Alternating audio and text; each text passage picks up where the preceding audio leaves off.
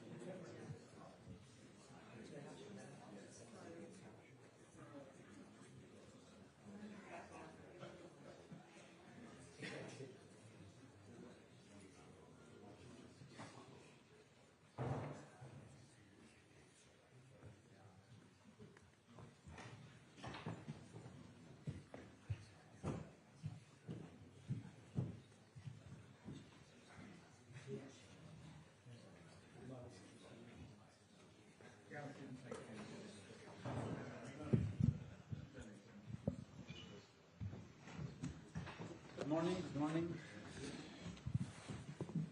Okay, good morning everyone and welcome to Wembley Stadium for this squad announcement for the 2026 FIFA World Cup.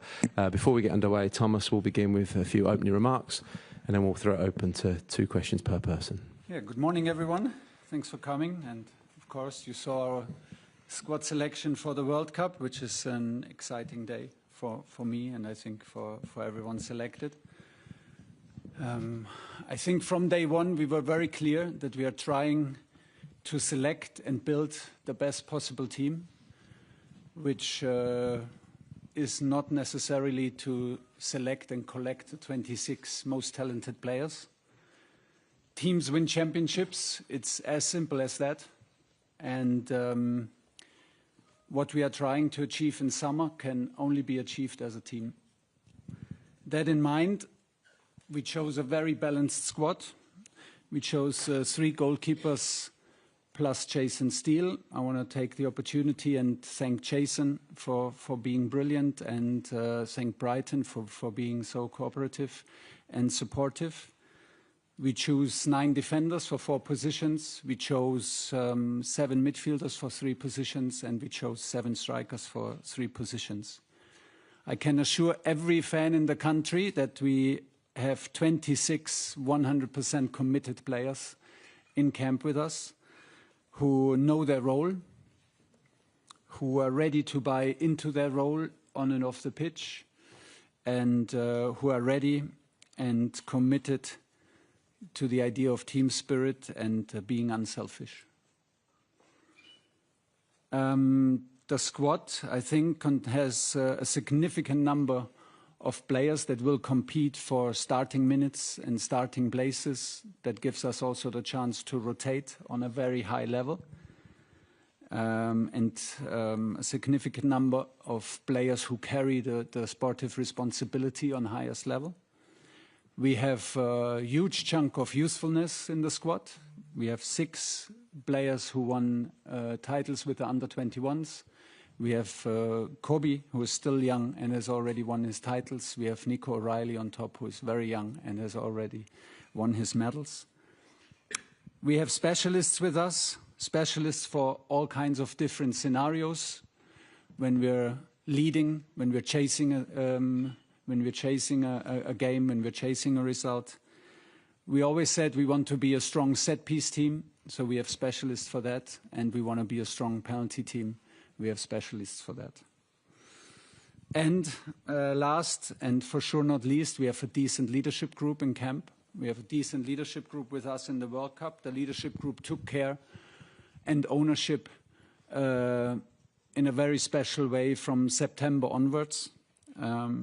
They created a culture, they set the tone, they set the standards, created and took care of the standards, and we were very happy with that. And that is why the majority of this team and that this majority of the selection is from the players who were with us in September, October and November. It's important for me to say that I am very grateful to all players who helped us qualify, to all players who had sometimes only 1 of 6 camps with us. Very grateful. And I tried to show my respect and my appreciation for what they have done in telling them in personal phone calls in the last 3 days about my decision. So I called every player that was at least once with us personally to tell them my decision, even if it was a painful decision or it was a disappointing message. We believe that it has to be delivered from me. I will not go into details, of course, but I tried to explain and explain my decision and try to express my appreciation and respect for the player. Okay. No more questions? Good. Hundreds. Hundreds. Yeah. Thomas, nice to see you, and thanks for explaining that. That's very helpful. You've surprised us again. I want to start with perhaps what we thought was the biggest surprise, and that's Ivan Toney's inclusion. He's played a total of 7 minutes of international football in your 16 months in charge. He wasn't on a lot of people's radar, and yet here he is in your World Cup squad. Can you explain that to us? Also a bit of a surprise to us. So, but like I said, when it came down to all different kinds of scenarios, he was back in the picture. I had fantastic feedback from his coach, from his club coach, who was my player, and I have a close connection with him. I had always fantastic feedback about his role there, about his ability, about his fitness. We could see that he still collects the numbers. I think he has very special skills that could help us, meaning the situation, the scenario when we are chasing a result, when we're chasing a goal. I think he can be a very valuable addition to Harry Kane. He can be a presence in the box when we're pushing for a goal. He can take attention of other strikers. He has a natural presence within the box. He's a natural finisher. He can help us with set pieces because he's very strong in the air, very good in using his body, and not to forget, he's a world-class penalty taker. So he ticks some boxes that we wanted to be ticked. You've made it clear again in your opening statement that reputation, big names are not necessarily what matters to you. It's how they fit in the collective. And you've said that consistently, I think, in all your time in charge, to be fair. But there are some world-class talents that are not in this squad that other nations will look at and say, how are Phil Foden, Cole Palmer, Harry Maguire, Trent Alexander-Arnold, etc., Morgan Gibbs-White, how are they not in this squad? How have you left them out? Do you fear leaving their talents out? Say again the question. Do you fear leaving those talents at home at all? How I felt, or how I feel? Fear? A fear? Yeah, do you fear leaving those talents at home? No, I don't fear, because I'm very confident in the group that we chose and with whom we arrived, with which we arrive. Very difficult decisions, painful conversations, difficult for the players, difficult to explain to the players. But as I said, what we're trying to achieve, we try to achieve as a team, and we try to nominate a balanced squad.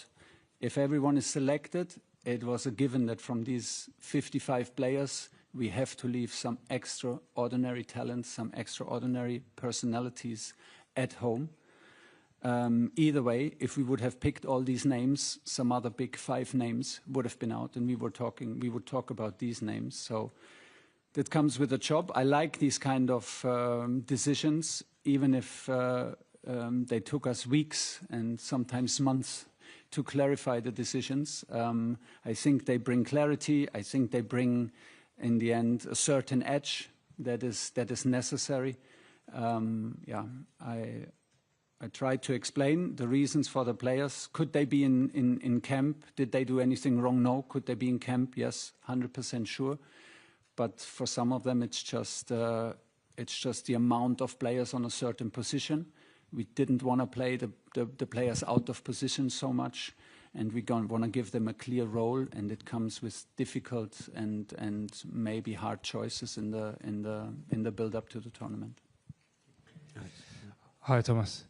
You said a lot of painful decisions to make for players and difficult phone calls. One player who's released a statement saying he was disappointed was Harry Maguire. Do you understand him releasing a statement, or were you a bit surprised to see that after you spoke to him? I was a bit surprised, but I respect his personality a lot. I respect his quality a lot. He had an outstanding season. I can see the disappointment. I can see the reason behind the disappointment. Still, I was a bit surprised because we had a private conversation, and he had the chance to express his feelings, which he did, and this is fair enough, because I can see all the reasons why he could be in the squad. But the decision is that we stood firmly with our central defenders that carried us through September, October, November.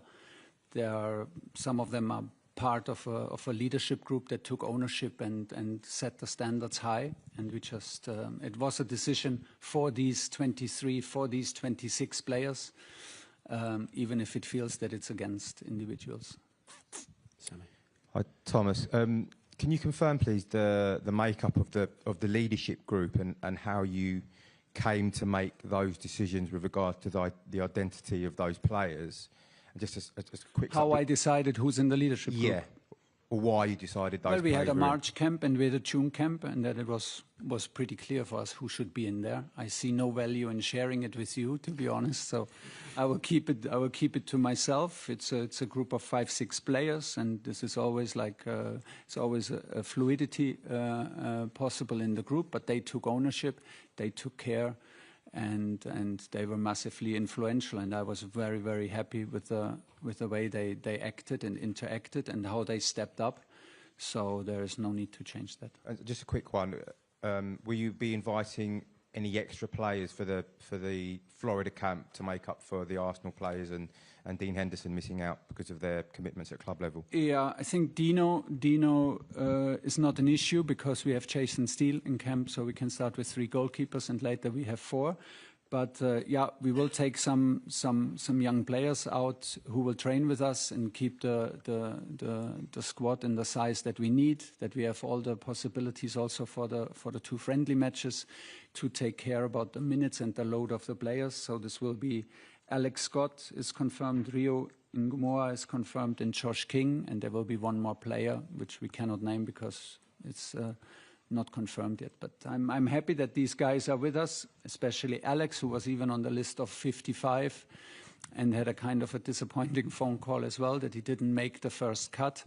But the reaction of him was outstanding, the commitment, the wish to be in pre-camp and to just be a step closer to the team was not even a question for him, and this showed me his character and his spirit. So I'm delighted that he's with us because it was a close call and gets a chance to take a step closer and to get a cap. Carrie.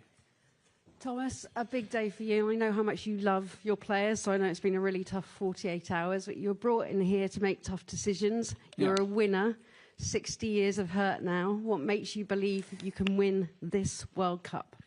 I heard recently a quote from Rafa Nadal, who said, "I'm not a winner, I'm a competitor, I'm a challenger," and that is basically how I arrive in the US for this tournament. I'm hungry. I arrive with hunger. I arrive with excitement, and I arrive as a competitor and as a challenger. And I think that is the role for us as a team.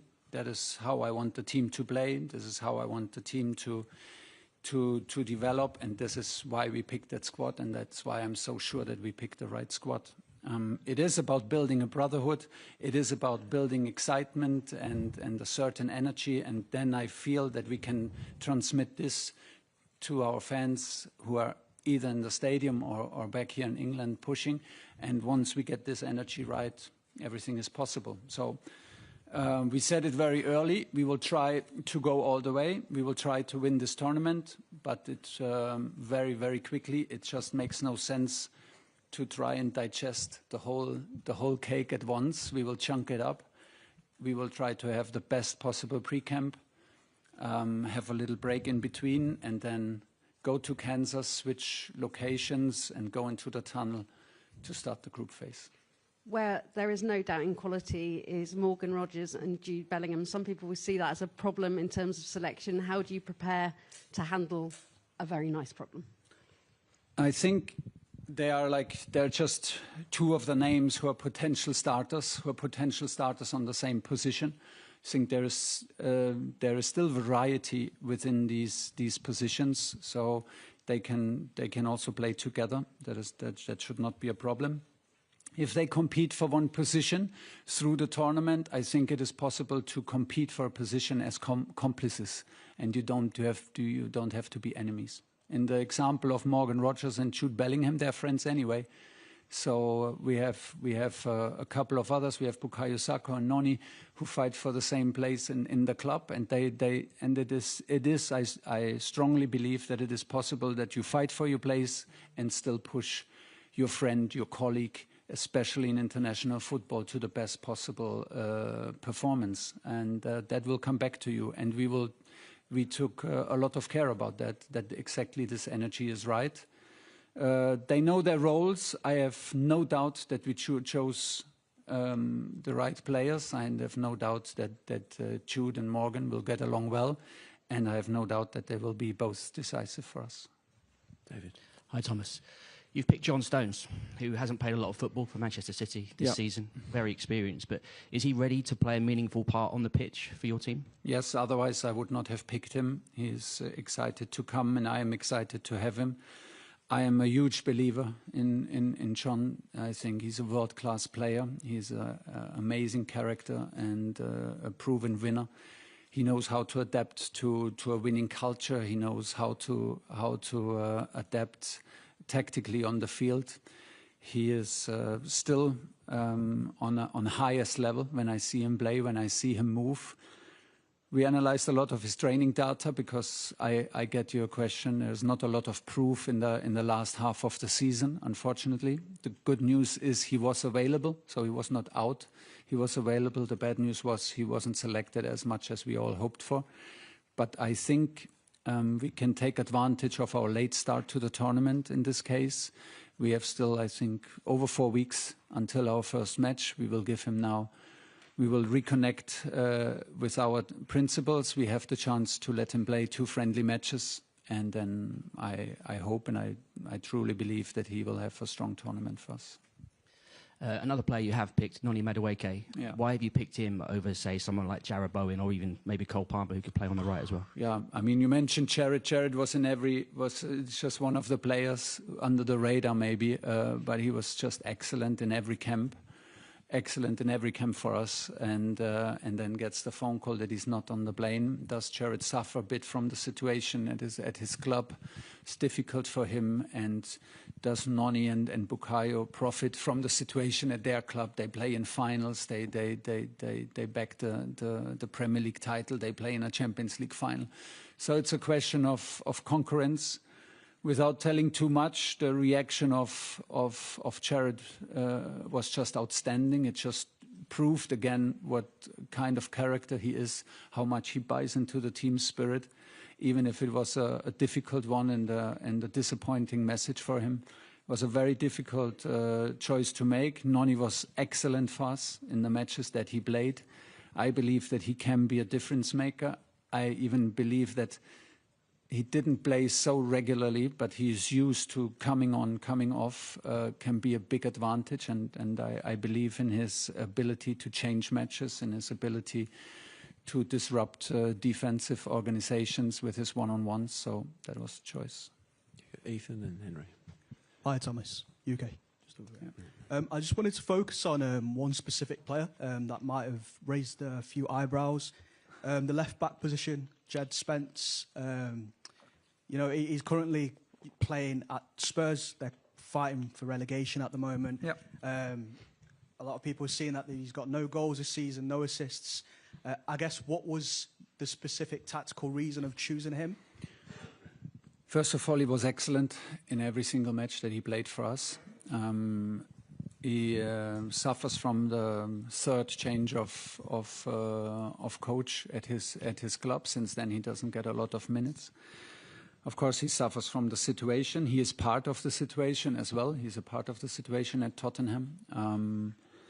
He brings something to the group that we don't have in his profile. I think he loves defending. He's the fastest player in our squad, and he loves to defend one-on-ones. And that is just a characteristic that I would say makes him a standout fullback for us and a bit of a special fullback for us. He can, on top of that, play both sides.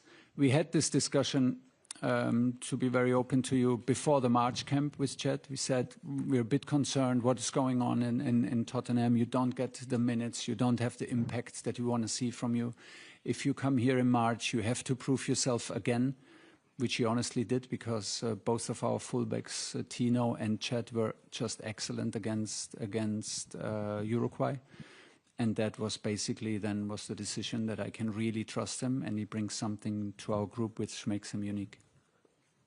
Thomas, hi. First, good luck at the World Cup. Thanks.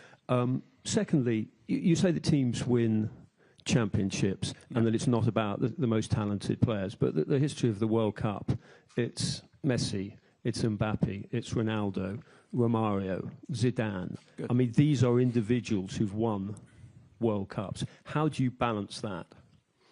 I think we have these names, And hopefully we have one name in the end of it that says like he carried the team or he had the decisive moments. I think we have world-class players within our ranks. We have big names, but everyone, like I said, is committed to buy into the idea as a team, is ready to be selfless. And we have proof of that. And that's why I feel very confident. And yeah, I agree with you. It seems like the big names are around, but if I look at our squad, I see some big names who can have all the headlines if we go all the way. Hi, Thomas. Hi. You mentioned squad rotation earlier, and I just wondered how important is it to you that as many players as possible get minutes particularly in the group stages? Is that something that's a priority? I'm not so. Yeah, ideally yes. But once we're in group stage, I will maybe adapt and change my mind or adapt to the way of rotating. I mean, the challenge is clear. It will be hot. It will be humid. We can have a game in huge altitude, so it's one match more than usual because of the amount of teams. So yeah, would it make sense to rotate? Yes. And does it show also a level of trust to the players that we trust them? Yes. But then, I think we have a significant amount of players who hope to start, and it's more than just 11. So we will be able to rotate on a high level and give minutes and spread the minutes. Hopefully we can do this without losing momentum, without losing connections between the players, because we haven't played in certain formations since November. Because in March camp some key players were injured. So it has to be a mix, I think, of everything. History shows that it makes sense to rotate in the beginning of the tournament, but I also don't want to lose the chance to build automatism and to build connections on the pitch. Hi, Thomas. You spoke about the spirit the squad need to have to win the World Cup. I was wondering how much of the spirit is already there, in your opinion, and how much you'll have to build it during the camp. When I see the 26 reactions in the last 3 days to my phone call, then I think the spirit is there. It was amazing to see. I wish everyone could have seen what it means to the players, the joy, the emotion, to get this phone call, even of players where you could think, oh, well, he should be sure that he's on the plane. What it means to them, it would be nice to share it, actually. That just shows me that we chose the right group. We have to be sure, because we want to be a long, long time together, and we will be together 24/7. So no one can drive home and have an afternoon off at home and relax and come back the next day. We will stay together. Of course, that's why this is very important. And that's why we rely so heavily on the group that built this kind of spirit throughout these 3 camps in September until November. And I think we have a big part of it, and we will make sure in the first 10 days, especially in pre-camp, that the players engage, reconnect. They will have the freedom and the opportunity to reconnect off the pitch to make it a special summer for us. You say the goal is clear, to win the World Cup. What do you think needs to happen for England to actually win the World Cup? Well, the goal is to try to win it and not be shy about it, and then just to respect the game and the opponents and the amount and the obstacles that come with the tournament itself. What was the question in the end? What do you think needs to happen for England? Well, we need a bit of luck. We need to have our selection right, and then we need to stay healthy. All the players need to stay healthy. Then catch a momentum and build a brotherhood, like I say, play with courage, play with hunger, and take advantage of special moments, hopefully. Then we need a bit of luck, and we need crucial moments on our side, of course. Once we go, hopefully, then to knockout football, it's a game of margins. And it will not be done without luck, and it will not be done without nerves of steel if you need to overcome overtime or penalty shootout. So it's not everything is in our hands, but I think it's good to just have the goal spoken out, and we did this very early in the first camp. And after that, we straight away, 1 minute later, we said, okay, this is clear. That's why we're here. That's what we're trying to do. But let's focus on what we can influence, which is now in the next step, the 10 days in Florida. James. Hi, Thomas. Team chemistry and having good travellers in the group seems to be such a core idea for you. I just wondered if you'd spoken to anyone specifically about that, whether it's like other international coaches or Gareth Southgate maybe? No. We trusted our own experience. We trusted our own sports psychologist that we have with us. We trusted our observations throughout the camps and didn't speak with other coaches about it. And you got, but we have feedback, of course, from club coaches, and when we go into stadiums, and a big amount of observation goes into behavior, not even like into football details, but goes into behavior. How is someone warming up? How does he behave to a decision against him? How is he connect? How does he react to what happens on the pitch if he's not selected? And from there we go. Arsenal obviously in the Champions League final. Yeah. Villa have won the Europa League. Palace are in the Conference League final next week. Do you take the positives from that English players are winning things, getting to big finals? Yeah. Or does that increase concern about fatigue? Because a lot of people talk about the conditions and the fatigue of the group, which has been a problem for England. It just shows me that this league is the strongest league in the world, the most competitive league. That's just another proof for me. And it just shows on the negative effect of it that our players will be tired after a long season. That's just how it is. It does not make it easier to go then to 3 countries and a big change of climatic conditions and all that. But we are aware of it. We are very well prepared. We had best support of Team GB. We had full support, everyone at SGP, a lot of experts, a lot of people helped us with their knowledge and their experience. That's why we go out quite early to adapt. And I think once the excitement kicks in, once the adrenaline kicks in, we will overcome. And just accept the challenge. It will never be an excuse, but the level of performance of the English team just tells me that the concurrence and the competitiveness of the league is one of a kind. Is that tiredness your biggest challenge, do you think, overcoming that? Yeah, and it goes then back to getting the load right in pre-camp, getting the load individually right for the players, getting the headspace right, getting the attitude right. Don't go too early into the tunnel, getting our rotation right and the selection of the teams, because we want to stay a long time in the tournament, and we will take advantage of the full squad. We'll finish back with Rob Dorset. Thomas, I'm sorry to hijack a really important England media conference with news that's broken while you've been talking. What's the news? Manchester City have announced that Pep Guardiola will be leaving at the end of this season. We expected that to happen, but it's still a hugely significant event. I wondered if you wanted to say something about that, and also the impact that he's had on the Premier League and English football as a whole. Well, the impact he had on every league where he trained, and it's just one of a kind. It's like just the one of the very, very, very best.